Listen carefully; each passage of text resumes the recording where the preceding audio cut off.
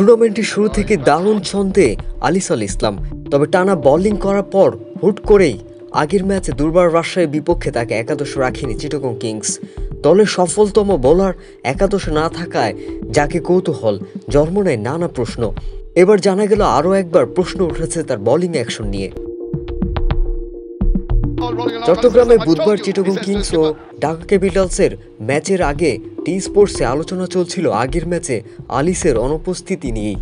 টসের পর সেই আলোচনায় বিসিবির জাতীয় নির্বাচক হান্নান সরকার বলেন, আমরা জানতে পেরেছি যে আলিসের বোলিং অ্যাকশন নিয়ে প্রশ্ন তুলেছেন আম্পায়াররা। এখনও অবশ্য তিনি খেলতে পারবেন, তবে সতর্কতা হিসেবেই হয়তো আগে ম্যাচে তাকে খেলায়নি দল।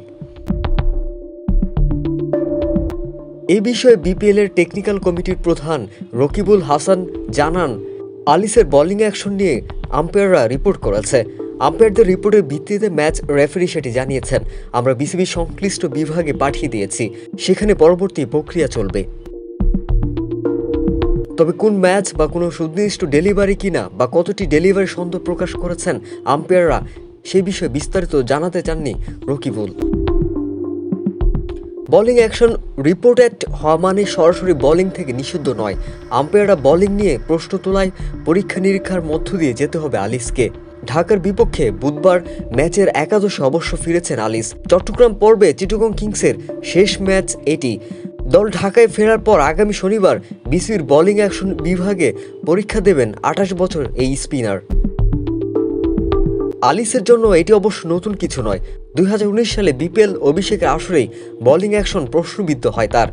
পরীক্ষা দেওয়ার আগেই পাওয়া চোটে 8 মাসের জন্য ছিটকে যান তিনি। পরে অ্যাকশন সূত্রে ঘরোয়া ক্রিকেটে ফেরেন এই রহস্য স্পিনার।